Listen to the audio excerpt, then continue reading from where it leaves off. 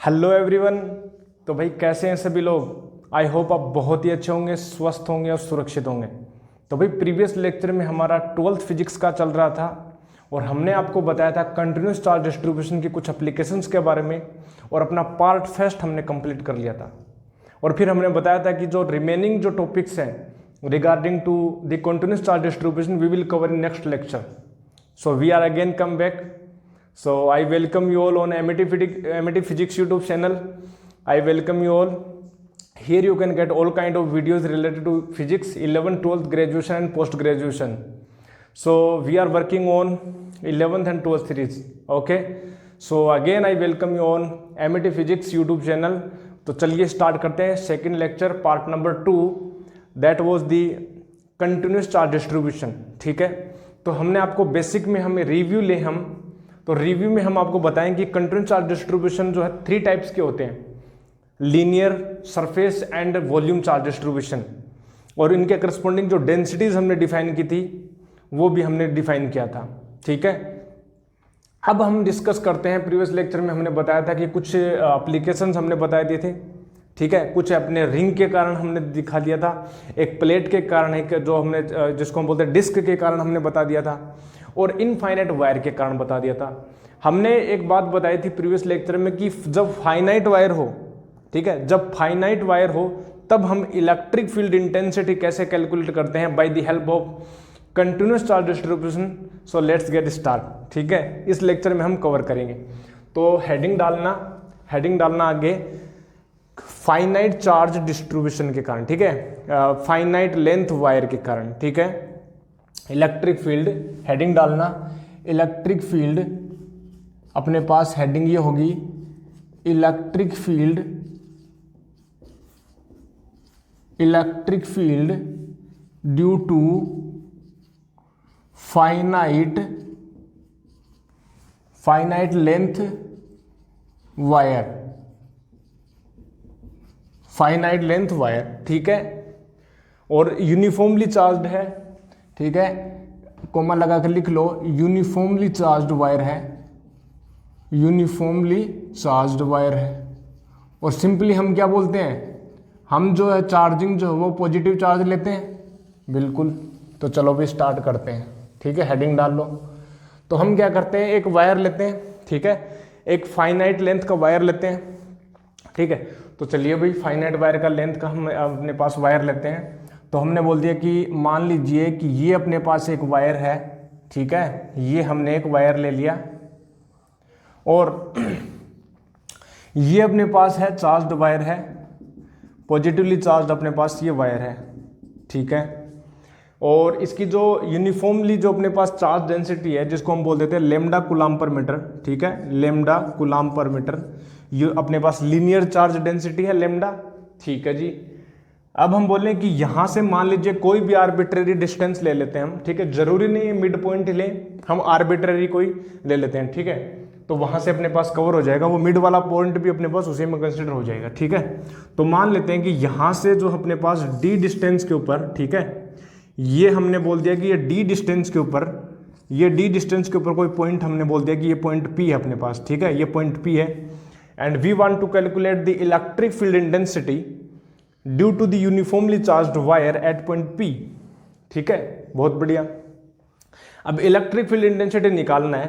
तो हमने बताया था कि जब भी कंटिन्यूस चार्ज डिस्ट्रीब्यूशन आपको दे रखा हो और इलेक्ट्रिक फील्ड इंटेंसिटी पूछा हो तो आप ध्यान दीजिएगा, एक पहले तो एक छोटा सा एलिमेंट्री चार्ज हम डिफाइन करेंगे and that will be acted like a point charge. ठीक है. We will consider that element as a point charge. ठीक है. तो यहां से हम देख लेते हैं. ठीक है. यहां से हम देख लेते हैं कि एक छोटा सा चार्ज लेते हैं, चार्ज एलिमेंट मान लेते हैं, कहीं भी आर्बिट्रेरी ले लेते हैं. ठीक है. तो मान लेते हैं कि यहां पर चार्ज अपने पास छोटा सा एलिमेंट चार्ज ले लिया हमने. ठीक है. एलिमेंट चार्ज हमने ले लिया. अच्छा, एलिमेंट चार्ज क्यों ले रहे हैं, क्योंकि जो अपने पास जो कूलम्ब्स लॉ है और जो हमने जो इलेक्ट्रिक फील्ड इंटेंसिटी हमने देखी वो फॉर्मूला केवल पॉइंट चार्ज के लिए वैलिड होता है. तो हम क्या करते हैं कि यहां से मान लीजिए यहाँ जो अपने पास डी डिस्टेंस है यहाँ से, ठीक है, यहाँ से वाई डिस्टेंस के ऊपर जाकर एक छोटा सा एलिमेंट ले लेते हैं dy लेंथ का, और इसका जो चार्ज है उसको हम बोल देते हैं dq, ठीक है, dq बोल देते हैं, ठीक है। छोटा सा एलिमेंट चार्ज उसका dq चार्ज होगा। और हम जो है यहां से जो है इस पॉइंट P के ऊपर इलेक्ट्रिक फील्ड इंटेंसिटी कैलकुलेट कर सकते हैं, ठीक है। KQ/r² होता है, तो यहां पर एलिमेंट के कारण क्या हो जाएगा, dE हो जाएगा, ठीक है, KdQ/r²। अब पॉजिटिव चार्ज है, पॉजिटिव चार्ज के कारण जो इलेक्ट्रिक फील्ड इंटेंसिटी होगी वो आउटवर्ड होगी, और उसको हमने बोल दिया dE, ठीक है, dE वेक्टर बोल दिया, ठीक है, वेक्टर टर्म्स में हमने बोल दिया। चलो बहुत बढ़िया। अच्छा, एंगल की टर्म्स में ले लेते हैं, ठीक है। मान लीजिए, ठीक है, मान लीजिए, ठीक है, लेंथ की टर्म्स में भी ले सकते हैं, ऐसा जरूरी नहीं है। मान लीजिए आपको लेंथ दे रखी हो तो लेंथ के टर्म्स में भी हम निकाल देंगे, या एंगल दे रखा हो तो एंगल के टर्म्स में भी हम निकाल देंगे, ठीक है। तो जनरली एंगल्स ही पूछते हैं, ठीक है। एंगल ऐसे दिया हुआ होगा आपको कि एंगल ऐसे दिया हुआ होगा, ये ऑलरेडी गिवन है कि मान लीजिए ये जो एंगल है वो θ1 है, ठीक है, और ये वाला जो एंगल आपको दिया हुआ होगा क्वेश्चन में, ये जो होगा वो होगा अपने पास θ2, ठीक है। ये वाला जो एंगल होगा वो होगा आपका θ2। चलो बहुत बढ़िया भाई, ये जो एंगल होगा वो होगा θ2, ठीक है। अब हम क्या कर रहे हैं कि यहां से जो है y डिस्टेंस पर, और यहां से जो एंगल थीटा के ऊपर हमने एक एलिमेंट ले लिया dy, जिसका जो चार्ज है वो होगा dq, ठीक है, होगा, बिल्कुल होगा। अच्छा, dq का वैल्यू कितनी होगी, dq की जो वैल्यू होगी, dq जो होगा वो हो जाएगा लैम्डा dy, क्योंकि लैम्डा होता है क्या है, पर यूनिट लेंथ में चार्ज, तो dy में कितना हो जाएगा, लैम्डा dy, ठीक है जी। dq लैम्डा dy हो गया, dE वेक्टर हो गया। अब देखो ये जो लाइन है ना, ये वाली लाइन जो d डिस्टेंस हमने ली, इसको रेफरेंस मानो आप, ठीक है। ये वाली जो d डिस्टेंस है इसको आप एज ए रेफरेंस मानो, ये वाली मैंने रेफरेंस के तौर पर यूज कर ली, ठीक है। तो ये वाला जो थीटा एंगल है, तो ये वाला भी एंगल कितना होगा, थीटा, अपोजिट है, अपोजिट एंगल आपस में इक्वल होंगे, थीटा होगा, बिल्कुल सही बात है। तो हम क्या बोलेंगे, dE वेक्टर होगा। अब देखिए, इस dE वेक्टर को यदि हम कैलकुलेट कर लें, यदि हम इस dE वेक्टर को कैलकुलेट कर लें, इस छोटे से एलिमेंट के कारण, इस छोटे से चार्ज एलिमेंट के कारण यदि इलेक्ट्रिक फील्ड इंटेंसिटी कैलकुलेट कर लें, तो इस टोटल वायर के कारण भी आ जाएगी, इस टोटल वायर के कारण भी आ जाएगी इंटीग्रेशन मेथड से, ठीक है। By the help of integration we can calculate this. So how to calculate dE vector, how to calculate dE vector. So for calculating dE vector, let's distribute dE vector in terms of dE cos theta, one component dE cos theta, and the another component will be dE sin theta, another component will be dE sin theta। चलो ठीक है, dE sin theta। So here you can write that the electric field intensity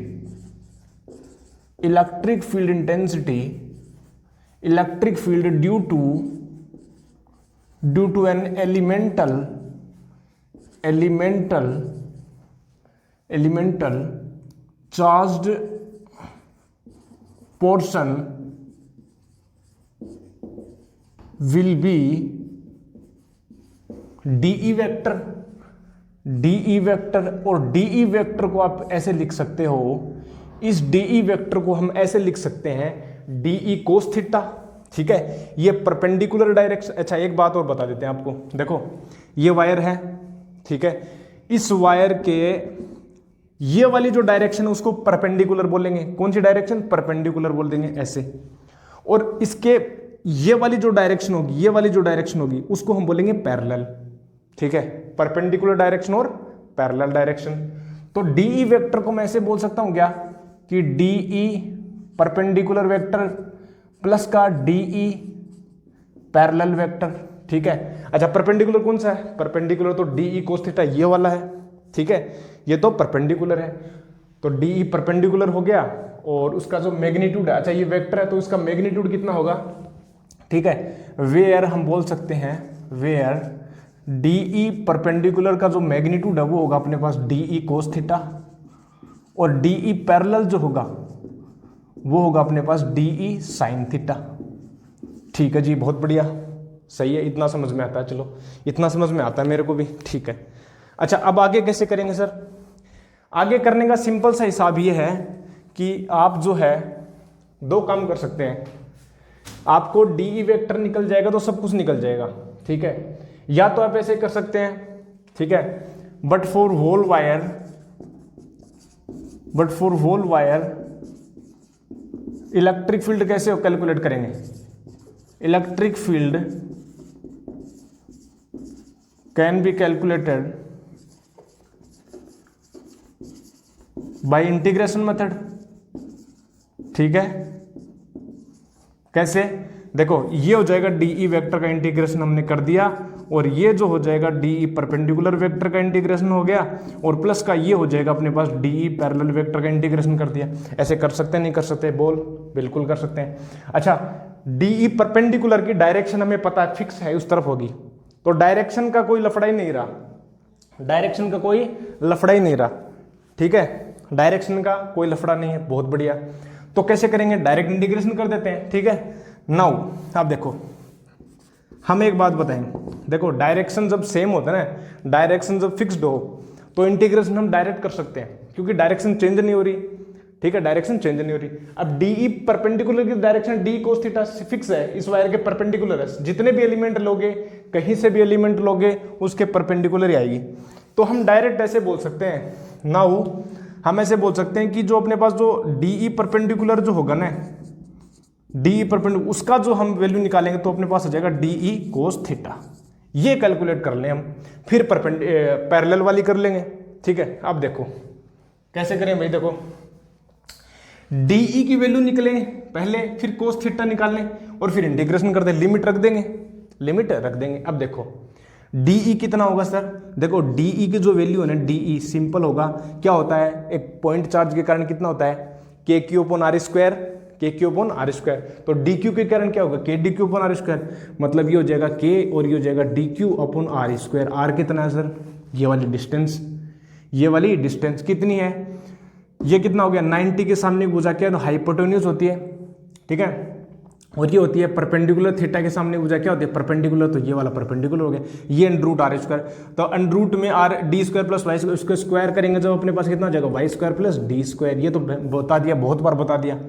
अच्छा D Q कितना हो गया, D Q जो होगा वो हो जाएगा लेमडा, और अपने पास कितना डी वाई हो जाएगा, और ये हो जाएगा अपने पास से Y square plus D square. चलो बहुत बढ़िया सर, इतनी बात समझ में आती है। अच्छा लेकिन हमें तो सर डीई तो पता चल गया, कोस थीटा भी पता चले, लेकिन हम क्या करेंगे, इस इंटीग्रेशन की जो लिमिट है ना, इस इंटीग्रेशन की लिमिट थीटा की टर्म्स में लेके आएंगे। ध्यान दीजिएगा, यहीं पर इंपॉर्टेंट है, डेरिवेशन में ध्यान देने के बाद हम क्या कर रहे हैं, थीटा अपने पास है, जितने भी वेरिएबल्स हैं उन वेरिएबल्स को केवल एक वेरिएबल्स में लिख के आना अपने को। देखो यहाँ पर जो है वाई वेरी कर रहा है, इस वाई को हटाएंगे, थीटा की टर्म्स में लेके आएंगे। डी तो फिक्स है, डी तो कॉन्स्टेंट है, डी तो क्या है, फिक्स है, डी तो फिक्स है, बट वाई वेरी कर रहा है। इस एलिमेंट को यहां ले सकते हैं, यहां ले सकते हैं, यहां ले सकते हैं, तो Y is varying, so we will convert Y in terms of theta. How to convert, देखो इस ट्राइंगल में, इस ट्राइंगल में, ये वाला जो ट्राइंगल, इसमें टेन थीटा लो, टेन थीटा कितना होगा, ठीक है, टेन थीटा को बोलते हैं सर लंब बटा आधार, ठीक है, लाल बटा कक्का के ए, ठीक है। तो लंब बोले तो परपेंडिकुलर अपॉन बेस हो जाएगा, ठीक है, परपेंडिकुलर अपॉन बेस। तो परपेंडिकुलर अपॉन बेस की बात करूं, परपेंडिकुलर अपॉन बेस, तो परपेंडिकुलर कितना है, परपेंडिकुलर वाई है, तो वाई हो जाएगा, और बेस जो है डी हो जाएगा, तो वाई इक्वल टू कितना आ गया, डी टेन थीटा। बट हमें तो सर चाहिए वाई, डी वाई चाहिए हमें, तो डी वाई दे रखा है, तो डी वाई की वैल्यू जब हम निकालेंगे तो ये हो जाएगा डी सेक स्क्वायर थीटा, और ये हो जाएगा डी थीटा, ठीक है। तो पुट करो, पुट करेंगे, देखो देखो कैसे पुट करेंगे, ये हो जाएगा डी की जगह रखूंगा मैं के लेमडा, और डी वाई की जगह मैं रखूंगा, डी वाई की जगह मैं रखूंगा डी सेक स्क्वायर थीटा, और ये हो जाएगा डी थीटा। अच्छा डी थीटा बाद में लिख देते हैं, कोस थीटा ये आगे लिख देंगे, और ये हो जाएगा डी थीटा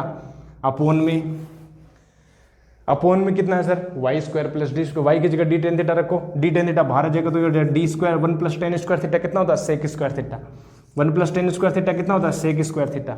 चलो बहुत बढ़िया। अच्छा एक बात बताएंगे सर, देखो डी से डी कैंसिल आउट हो गया, सेक स्क्वायर से सेक स्क्वायर कैंसिल आउट हो गया, के को मैंने बाहर ले लिया क्योंकि कांस्टेंट है, ये भी डी है, और अपने पास बचा cos theta D theta, cos theta D theta. अब बात आती है सर, बहुत बढ़िया, इतनी बात तो हमें समझ में आ गई, चलो बहुत बढ़िया सर। लेकिन आप बताओ सर, ये जो एलिमेंट है ना, इस एलिमेंट को मैं नीचे जो है यहाँ से यहाँ तक वेरी कर सकता हूँ, कहीं भी वेरी कर सकता हूँ। अब इंटीग्रेशन में लिमिट देखो, लिमिट ऐसी रखनी है हमें लिमिट ऐसी रखनी है ताकि सारा एंगल जब कवर करें तो सारा वायर का जो है ना, सारा जो कंप्लीट वायर है उसका फॉर्मेशन हो जाए, उस कंप्लीट वायर का फॉर्मेशन हो जाए। हम वो जो लिमिट वो कैलकुलेट करेंगे, वो हम चूज करेंगे। तो देखो कैसे चूज करें, देखो ये एलिमेंट जब यहां आएगा तो ये थीटा मिनिमम से मिनिमम कितना हो जाएगा, थीटा 1 हो जाएगा। और ये जो वायर जब ऊपर की ओर जाएगा तो ये जो एंगल है वो थीटा 2 जा रहा है। मतलब ऐसे सोचो कि जो थीटा है ना, उस थीटा को यदि मैं यहां से थीटा 1 से थीटा 2 तक वेरी कराऊं ना, थीटा 1 से थीटा 2 तक वेरी करवाऊं, थीटा 1 से थीटा 2 तक वेरी करवाऊं सही है, बोलो। जब मैं थीटा 1 से थीटा 2 तक वेरी कराऊं तो सारा वायर जो कवर हो जाएगा, बिल्कुल हो जाएगा। तो करो, थीटा 1 से थीटा 2 तक वेरी करवाओ, कैसे करवाओ भाई सरो, चलो ठीक है। अब एक बात और बताना, देखो ये हमने रेफरेंस लाइन बोल दी, और रेफरेंस लाइन के ये वाला जो है अपने पास कितना हो गया, एंटी क्लॉकवाइज और ये क्लॉकवाइज हो गया। तो जब भी एंटी क्लॉकवाइज क्लॉकवाइज आए तो हम नीचे वाले को माइनस ले लेते हैं, ऊपर वाले को भी ले लो, लेकिन जनरली हम ऐसे बोलेंगे, देखो हम ऐसे नहीं बोलते क्या कि सर देखो ये वाला एंगल 45 डिग्री होता है, तो ऐसे बोलते नहीं क्या, ये एक्स एक्सिस है, ये वाई एक्सिस है, तो सर ये वाला एंगल हम यहाँ से जब मेजर करें, पॉजिटिव एक्सिस से मेजर करें, तो ये -45 डिग्री लेते हैं, ठीक है। तो -45 degree. In same analogy we can also say that this is the angle, we say this is the angle -θ1 and this is angle θ2, -θ1 से +θ2। तो एंगल जो होगा वो अपने पास हो गया -θ1 से +θ2। चलो बहुत बढ़िया। अच्छा आगे देखो, अब हम बात करें कि इसका इंटीग्रेशन जब हम करेंगे तो ई परपेंडिकुलर का जो वैल्यू आएगी, ठीक है, ई परपेंडिकुलर की वैल्यू आएगी, देखो k λ/d तो अपने पास बाहर है ही, कोस थीटा का इंटीग्रेशन हो जाएगा sin थीटा, और लिमिट जो है वो हो जाएगा -θ1 से +θ2। तो ई परपेंडिकुलर की जो वैल्यू आएगी वो आएगी k λ/d, और यहाँ पर जो हायर लिमिट रखेंगे पहले तो, फिर माइनस, फिर ये कर देंगे माइनस का sin θ1।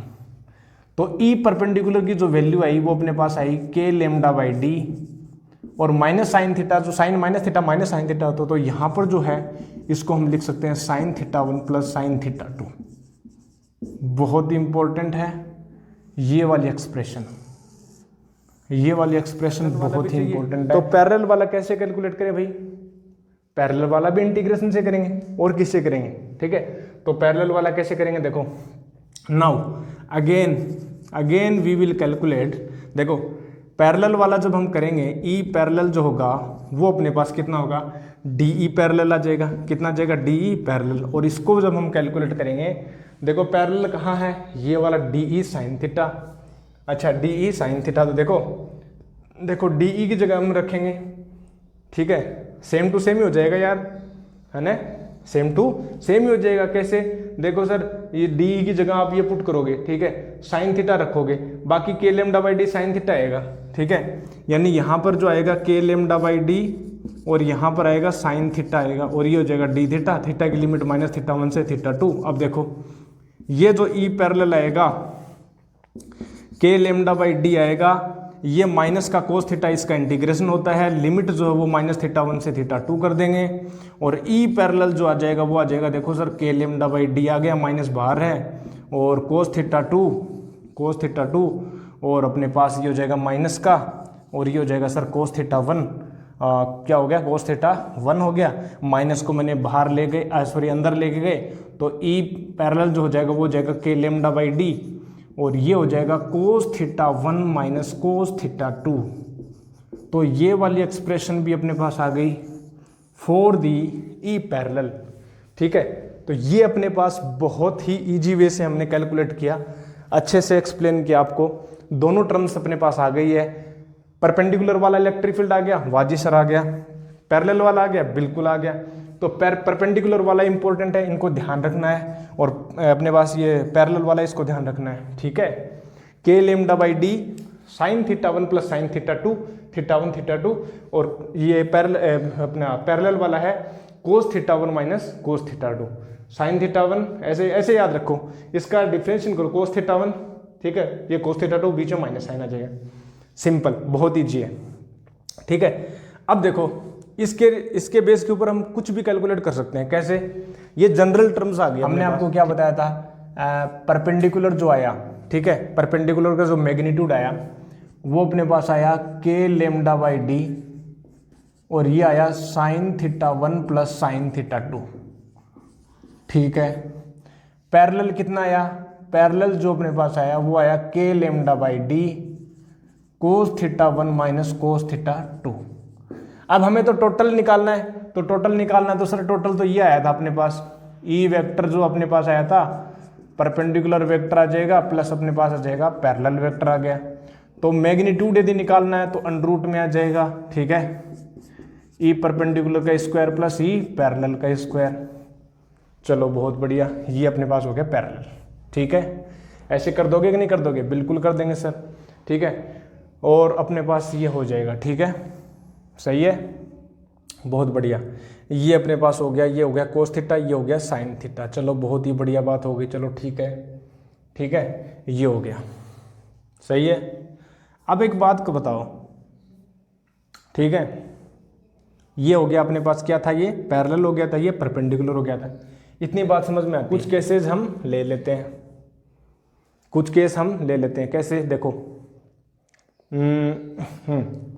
मान लो ये इनफाइनाइट वायर है, ठीक है ना, मान लो इनफाइनाइट वायर है। यदि हम बात करें, पहला यदि हम बात करें, if wire is infinite length, if wire is of infinite length, यदि वायर जो इनफाइनाइट लेंथ का हो तो ऐसे बात करेंगे। देखो ये वायर जो इनफाइनाइट लेंथ का है, ठीक है, इनफाइनाइटली ऊपर की ओर जा रहा है, तो इनफाइनाइट के ऊपर की ओर जा रहा है, तो ये वाले जो आर्म है ये तो इनफाइनाइट की ओर है, तो जो एंगल है वो एंगल ऐसे बढ़ता बढ़ता बढ़ता इनफाइनाइट की ओर ऐसे जाएंगे, तो हम ऐसे बोलते हैं कि ये जो है ये 90 डिग्री हो जाएगा, और ये भी कितना हो जाएगा, 90 डिग्री नीचे की ओर जाएगा, तो ठीक है, तो 90 डिग्री हो जाएगा, तो ये तो जीरो हो जाएगा, ये बचेगा। तो ई अपने पास जो इलेक्ट्रिक फील्ड होगा वो ई परपेंडिकुलर के इक्वल होगा, और ये हो जाएगा 2k लेमडा बाई डी, जो हमने पहले भी आपको बताया था प्रीवियस लेक्चर पार्ट फर्स्ट में, ठीक है। अब बात करें सेमी इनफाइनाइट वायर हो तो, सेमी इनफाइनाइट वायर हो तो, सेमी इनफाइनाइट वायर हो तो, ये तो अपने पास ये हो, तो सेमी इनफाइनाइट वायर हो तो ऐसे होगा कि ये वाला पार्ट तो इनफाइनाइट की ओर जाएगा, और ये वाला जो है कुछ इस प्रकार से रहेगा डी डिस्टेंस के ऊपर, यहाँ पर पॉइंट पी पर। तो ये वाला जो बनाएगा थीटा 1 तो हो जाएगा, थीटा 1 तो हो गया 0 डिग्री, और थीटा 2 हो जाएगा 90 डिग्री, ठीक है, सही है। अब रखो इसमें, यहां पर देखो ई परपेंडिकुलर कितना हो जाएगा, ई परपेंडिकुलर हम बोले थीटा 1 तो हो गया 0 डिग्री, क्योंकि ये वाली आर्म तो 0 डिग्री बनाएगी, कोई है ही नहीं एंगल, और ये वाला कितना हो गया, ऊपर की ओर 90 डिग्री हो गया, ठीक है। तो थीटा 1 जब 0 डिग्री रखें तो ये वाला तो हो गया 0, यानी k लेमडा बाई डी, और ये हो गया 0 प्लस ये हो जाएगा 1, तो यानी ये हो गया k लेमडा बाई डी। फिर हम बात करें ई पैरेलल, ठीक है, पैरेलल में बोले तो थीटा 1 तो हो गया 0, यानी ये हो गया 1, यानी k लेमडा बाई डी, ये हो गया 1 माइनस ये हो गया 0, यानी ये हो गया k लेमडा बाई डी। बहुत बढ़िया, तो हम, ठीक है। अच्छा, दूसरी बात हम बोले नेट निकालेंगे तो अंडर में क्या बोल देंगे, ई परपेंडिकुलर का स्क्वायर प्लस ई पैरेलल का स्क्वायर, तो ये हो जाएगा √2k लेमडा बाई डी। चलो बहुत बढ़िया, समझ गए, वाह जी वाह। चलो इसको नोट करेंगे, ये हो गया सेमी इनफाइनाइट वायर। तो ये अपने पास हुआ भाई, चलो ठीक है। अब जब डायरेक्शन क्या बोल देंगे, theta is equal to tan inverse, ये कितना है अपने पास पैरेलल, तो E parallel upon E perpendicular, ठीक है। ऐसे निकाल देंगे कि नहीं निकाल देंगे, बोलो, ठीक है, बिल्कुल। अरे tan थीटा लंब बटा आधार, ऐसे नहीं निकाल सकते क्या? देखो ये वाला, इस डी साइन थीटा को मैं ऐसे शिफ्ट कर सकता हूँ। अब यहाँ से थीटा निकालना है, बस डायरेक्शन तो निकालनी है। डायरेक्शन का मतलब क्या होता है, ये जो वेक्टर कैसे अलाइन है, इस एक्सिस से थीटा एंगल पर अलाइन है। यदि आपने थीटा बता दिया तो डायरेक्शन बता दी। डायरेक्शन को दो तरीकों से बता सकते हो आप, डायरेक्शन को आप दो तरीकों से बता सकते हो, या तो आप उसकी अपने पास यूनिट वेक्टर डिफाइन करो, या आप उसका एंगल बता दो, ठीक है। तो हमने एंगल के टर्म से बता दिया, सिंपल। चलो बहुत बढ़िया, नोट करेंगे जल्दी से और फिर हम आगे बढ़ते हैं, ठीक है। हेडिंग डालेंगे नई हेडिंग ये डालेंगे, ठीक है, इलेक्ट्रिक फील्ड, हेडिंग ये डालेंगे electric field due to a part of ring, due to a part of ring, ठीक है, due to a part of ring, ठीक है, due to a part of ring of radius R बोल देते हैं, of radius R at its centre, at its centre. Sir बहुत ही बड़ी होगी हेडिंग, बहुत बड़ी होगी हेडिंग। देखो ये हमारे पास है, कैसे कैसे होगा ये, देखो सिंपल सी हम बात करें, ये आपके पास देखो ये टोटल अपने पास ये रिंग है, ठीक है, ये अपने पास एक रिंग दे रखी है, ठीक है, बट हमें क्या दे रखा है, इसका एक पार्ट दे रखा है, ये वाला हम ले लेते हैं, एक छोटा सा भाग दे रखा है, क्या दे रखा है, छोटा सा भाग दे रखा है ये वाला, ठीक है, और ये वाला मान लेते हैं, ठीक है, जनरली हम पॉजिटिव चार्ज डिस्ट्रीब्यूशन मानते हैं, मान लिए ये जो लेमडा है वो कूलम्ब पर मीटर अपने पास क्या है, डिस्ट्रीब्यूशन है, और इस पार्ट के कारण हमारा जो इसका जो सेंटर है यानी पॉइंट P है, इस पॉइंट P के हमें ऊपर क्या निकालना है, इलेक्ट्रिक फील्ड निकालना है, और ये वाली जो इसकी रेडियस है अपने पास, देखो ये वाला कुछ इस प्रकार से अपने पास है, और टोटल एंगल आपको दे रखा है, क्या दे रखा है, थीटा दे रखा है, क्या दे रखा है, थीटा दे रखा है, ऐसा कुछ है अरेंजमेंट। कैसे होगा, तो देखो ये जो अपने पास एंगल है थीटा दे रखा है, क्या दे रखा है, थीटा एंगल दे रखा है, सेंटर में बना देते हैं। अब हमें निकालना है सर, कैसे निकालेंगे बताओ, तो सिंपल हम वही मेथड यूज में लेंगे, क्या लेंगे, जब भी हमें इलेक्ट्रिक फील्ड निकालना है किसी भी पॉइंट के ऊपर by the distribution of the charge distribution निकालना है, तो सिंपल हम एक पॉइंट चार्ज की तरह बिहेव करने वाला एक एलिमेंट चार्ज लेंगे, एक छोटा सा चार्ज का एक पार्ट लेंगे, ठीक है, एलिमेंट लेंगे, और उस एलिमेंट को हम ऐसे ट्रीट करेंगे एज ए पॉइंट चार्ज, ठीक है, एज ए पॉइंट चार्ज की तरह बिहेव करेंगे। अब यहां पर इस टोटल रिंग को कवर करने के लिए हमें जो एलिमेंट जो चार्ज लेंगे वो एंगुलर की टर्म्स में लेंगे, मतलब कुछ इस प्रकार इतनी डिस्टेंस पर लेंगे या इस एंगल की इस एंगुलर पोजीशन पर लेंगे जिससे जो है ये टोटल जो रिंग है वो कवर हो जाए। कैसे, क्या बोल रहे हो सर, हमें तो नहीं पता चल रहा है क्या बोल रहे हो आप। देखो सिंपल सी बात बताऊं आपको, देखो ये वाली जो रिंग है टोटल है, ठीक है, इस रिंग का छोटा सा एक काम करो, एक ये वाला सेंटर पॉइंट लो, ये जो है सेंटर से जा रही है एकदम, ये जो है ये मान लो ये आधा पार्ट ऊपर की ओर है, ये आधा पार्ट नीचे की ओर है। ये कैसे कर रहे हो, मेरी तरफ से कर रहा हूं मैं, ठीक है, इजी करने के लिए हम अपनी तरफ से कर रहे हैं भाई। किस एंगल के ऊपर आप एलिमेंट लोगे तो उस एंगल को डिफाइन करने के लिए रेफरेंस लाइन भी तो होनी चाहिए ना।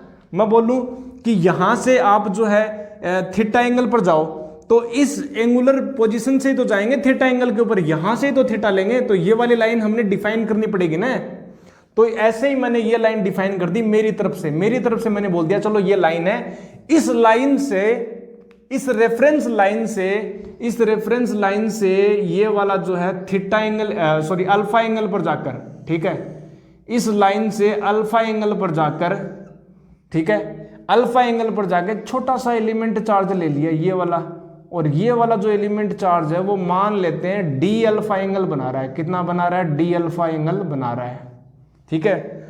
अब ये रेफरेंस लाइन के इधर वाला जो पार्ट है वो तो है थीटा बाई 2, क्योंकि आधा आधा हमने बोल दिया, और ये वाला जो पार्ट है इस लाइन के इस वाला जो पार्ट है ये वाला जो पार्ट है वो हो गया थीटा बाई 2, ठीक है, आधा आधा हो गया, हमने बता दिया था अभी, ठीक है। अब ये वाला जो एलिमेंट चार्ज होगा जिसकी लेंथ होगी dl, और इस dl को हम लिख सकते हैं आर डी थीटा से। कैसे लिख सकते हैं, आर डी थीटा, क्योंकि ये एंगल r है और ये R D alpha, dl equal to कितना हो जाएगा, आर डी अल्फा, ठीक है। ये थीटा भाई ऐसे नहीं लिखते क्या कि सर देखो ये वाला जो एक लेंथ निकालनी है, ठीक है, ऐसे नहीं बोलते थीटा बराबर एल बाई आर, कोण बराबर चाप बट्टा त्रिज्या, ठीक है, तो पढ़ा हुआ होगा, ठीक है, अपने पास छोटी क्लासेस में आपने पढ़ा होगा, ठीक है, theta equal to L by R. तो ऐसे ही हमने बोल दिया DL equal to R D alpha, ठीक है। अब बात करेंगे कि ये जो इलेक्ट्रिक फील्ड होगा ये जो इलेक्ट्रिक फील्ड होगा वो किस तरफ आएगा, बाहर की तरफ ही तो आएगा, ऐसे ही तो आएगा, DE वेक्टर ऐसे तो आएगा। और ये वाला जो एंगल होगा वो कितना होगा, देखो ये जब अल्फा एंगल है तो ये भी कितना होगा, अल्फा ही होगा, ठीक है। अब अल्फा होगा, चलो बहुत बढ़िया, ठीक है, ये अल्फा होगा, ठीक है। अब एक बात बताएंगे, ये वाला जो कंपोनेंट होगा ये होगा DE कोस अल्फा, और ये वाला जो कंपोनेंट होगा वो होगा DE sine alpha, DE sine alpha, ये हो गया DE कोस अल्फा, ठीक है, ये हमने बोल दिया। अब हम सेम टू सेम हम बोले कि due to the electric field due to the element, due to the element जो होगा DE वेक्टर, हम उसको ऐसे बोल सकते हैं, देखो ये वाला जो है, ठीक है, इस वाले पार्ट से बना हुआ मान सकते हैं, ये वाली डायरेक्शन हम बोल दें, और एक इसके परपेंडिकुलर डायरेक्शन बोल दें। देखो DE कोस अल्फा जो है ना, DE कोस अल्फा इस एक्सिस के पैरेलल है, ये वाली जो एक्सिस हमने बोली। अब एक्सिस को तुम बोल दो यार, तुम जो भी बोलना चाहो, इसको एक्स एक्सिस बोल दो या तुम इसको वाई एक्सिस बोल दो, बोलने का नामकरण देना है, नामकरण तो तुमने बहुत दिया होगा, ठीक है, पता नहीं किस किस को देते रहते हो।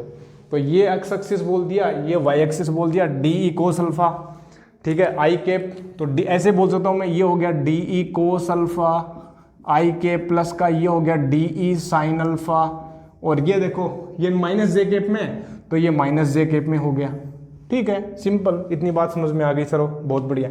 अब एक बात बताओ मेरे को, देखो यदि मैं आपको ये बोलूं कि उतने ही angle alpha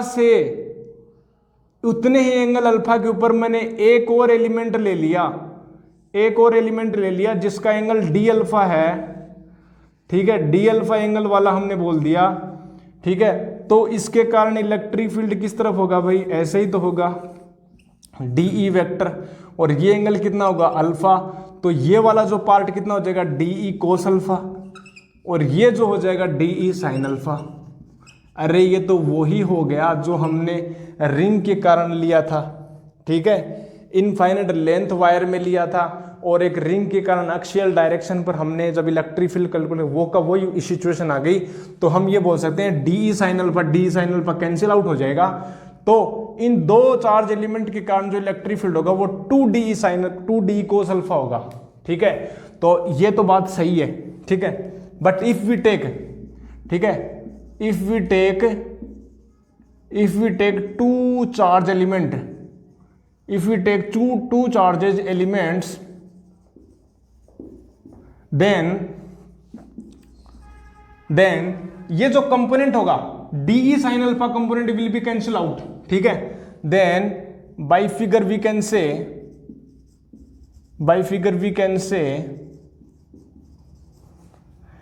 DE sin alpha जो कंपोनेंट है, DE sin alpha components will be cancel out, but DE cos alpha will be added, ठीक है, सो नेट इलेक्ट्रिक फील्ड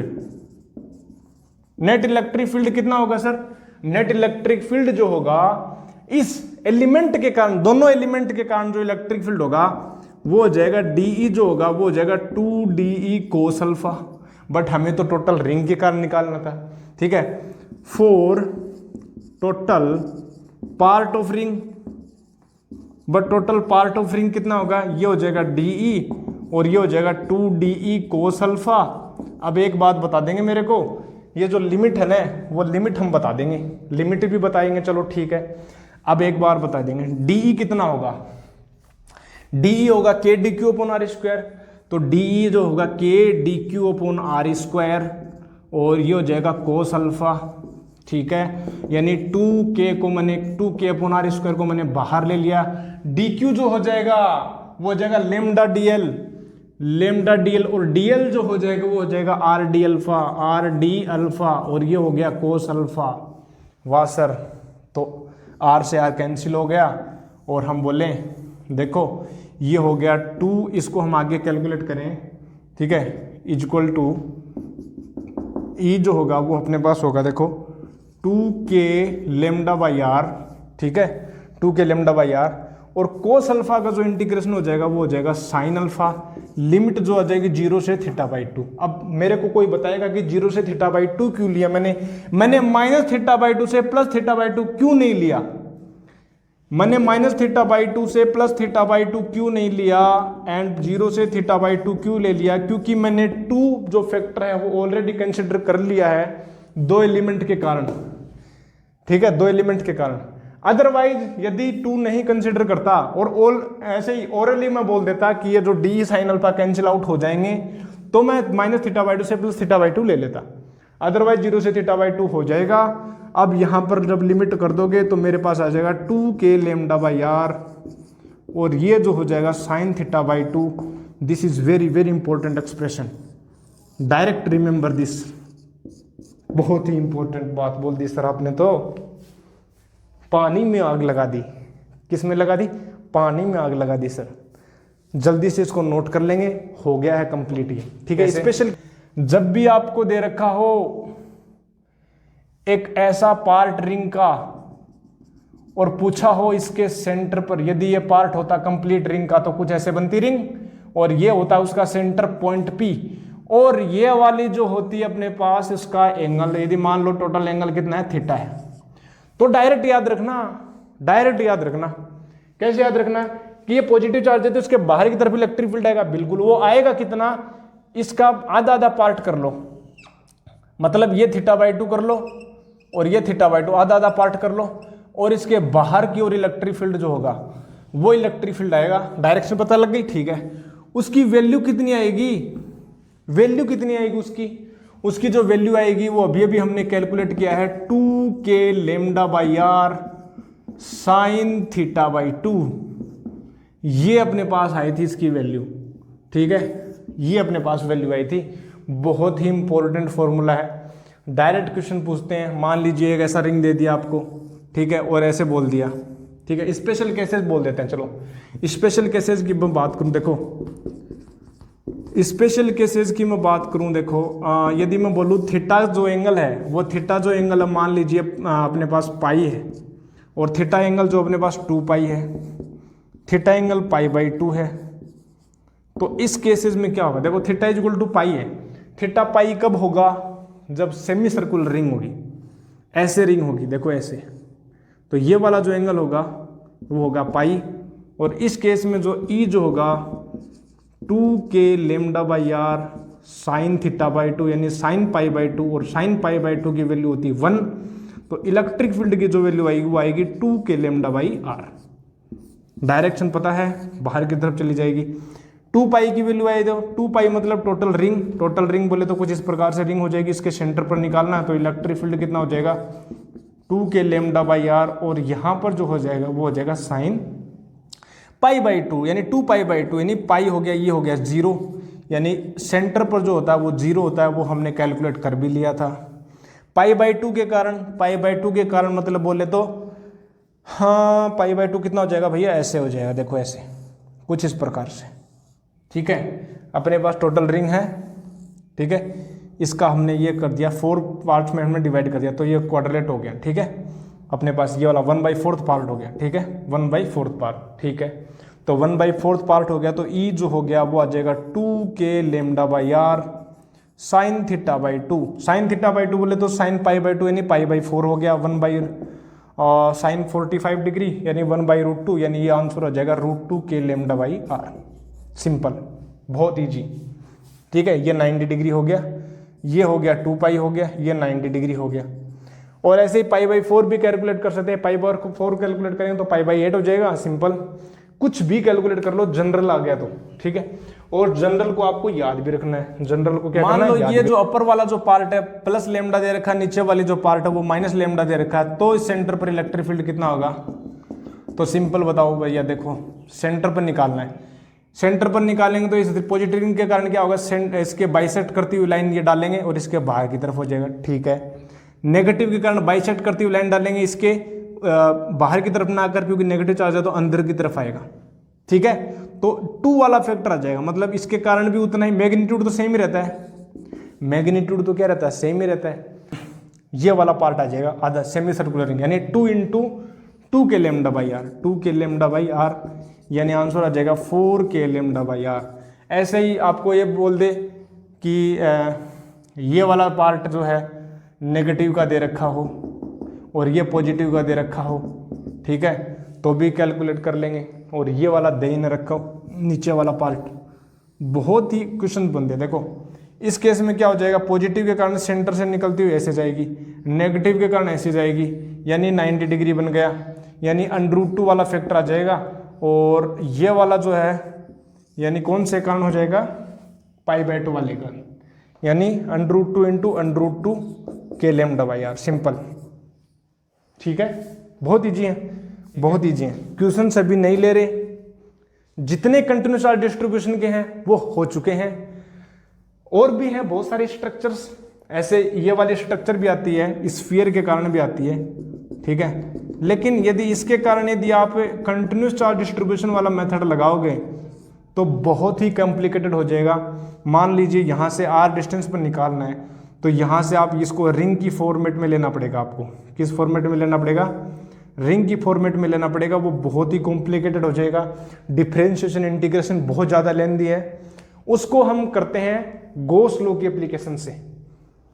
तो इसके बाद में जो होगा अपना टॉपिक वो होगा गॉस लॉ, ठीक है। वो गॉस लॉ हम बाद में पढ़ाएंगे आपको नेक्स्ट लेक्चर में। पहले हम इसके क्वेश्चन लेंगे और बाद में उसके नेक्स्ट लेक्चर में हम बताएंगे आपको गॉस लॉ, गॉस का नियम, ठीक है। और फिर हम आगे कंटिन्यू करेंगे, ठीक है। बहुत बढ़िया। तो भाई मैं मिलता हूं आपको नेक्स्ट लेक्चर में, तब तक के लिए क्या करना है, stay healthy, stay happy and keep taking liquid diet. मैं मिलता हूं आपको नेक्स्ट लेक्चर में। Thank you very much guys.